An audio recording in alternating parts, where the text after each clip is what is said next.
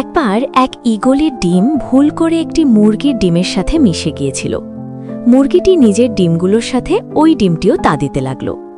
সময় হলো, ডিম ফোটে সব ছানা বের হলো, যার মধ্যে একটি ছিল ঈগলের ছানা। ঈগলের ছানাটি মুরগির ছানাদের সাথেই বড় হতে লাগল। সে তাদের মতোই মাটিতে ঠোকর দিয়ে দানা খুঁটে খেত এবং মুরগির মতোই ডাকত। সে ডানা ঝাপটে বড়জোর কয়েক ফুট উঁচুতে উড়ত, কারণ সে জানত যে মুরগিরা এভাবেই ওড়ে। একদিন আকাশে একটি বিশাল পাখিকে রাজকীয় ভঙ্গিতে উড়তে দেখে সে তার মাকে জিজ্ঞেস করল, মা, ওটা কে? মুরগিমা বলল, ওটা তো ঈগল, পাখিদের রাজা।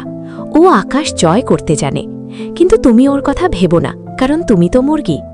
মুরগিমায়ের কথা শুনে ঈগলের ছানাটি প্রথমে চুপ করে গেল, কিন্তু তার ভেতরে কোথাও যেন একটা প্রশ্ন জেগে রইল, আমি কি সত্যিই মুরগি?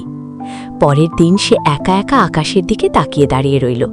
হঠাৎ সে সিদ্ধান্ত নিল, আমি একবার চেষ্টা করেই দেখি। সে ডানা মেলে ওড়ার চেষ্টা করল।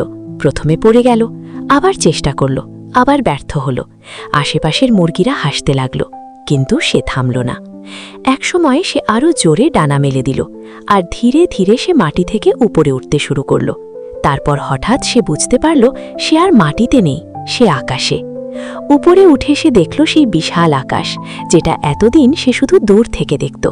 তখন সে বুঝল, তুমি যা বিশ্বাস করো তুমি তাই হয়ে ওঠো। অন্যের সীমাবদ্ধতা তোমার পরিচয় না, তোমার সাহসী তোমার পরিচয়।